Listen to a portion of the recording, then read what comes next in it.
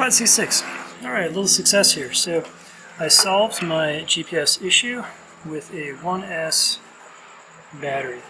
So from tips and comments and stuff like that, kind of started to get the idea that the problem with the GPS is not really being too close to stuff, although I'm sure that has some effect. But the real problem is the power coming into the GPS being too noisy and creating some type of interference that way. So the way I have this wired now is I have a pigtail for the battery, for a 1S battery, wired directly to the GPS. The TX and RX wires are still wired from the GPS to the board, and then I have a ground wire from the GPS to the board. And for whatever reason, you do need the ground connected to the UART for the UART to talk to the GPS.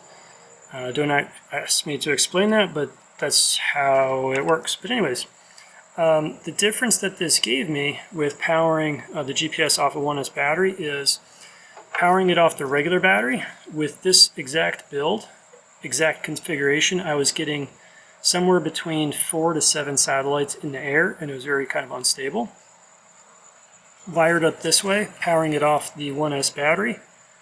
Thank you, We Bleed FPV. They didn't give them to me, I bought them. I'm just saying thank you anyways. But powering it off the 1S battery, getting 14 to 19 satellites in the air. Now, I'm not blasting it with 1 watt of power, so this VTEX is a loop light, so it goes up to 200 milliwatts.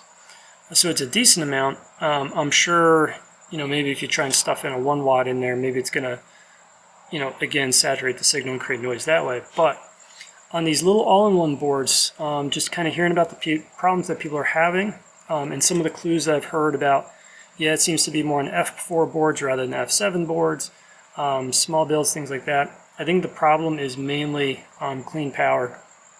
I think that's why in some boards it works better when you go to the 3.3 volt rail, because I think that's cleaner, more separated from the other things it's powering. I think that's also why I think like Tokyo Dom has had good success with the Boosty Boy, because again, cleaning up the power. And so the next things I want to try are see if I can clean up the power coming off the board with a LC filter. Unfortunately, this particular board does not have a 3.3 rail, so I don't have that as an easy solution. I may also try running a separate BEC directly from the battery to the GPS and see if I can clean that up, because right now I have to fly with the 1S on it. Not the end of the world, but it's a little cleaner, not quite the clean solution I'd like.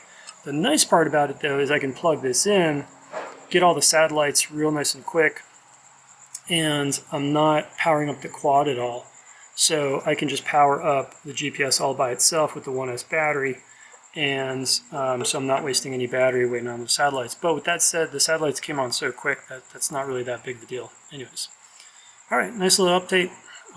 If you've been following along with this one, hope that little tip helps some other people out. I don't think it's going to solve every problem out there, but I think it's going to solve some on these little all-in-one boards. Until next time, cheers.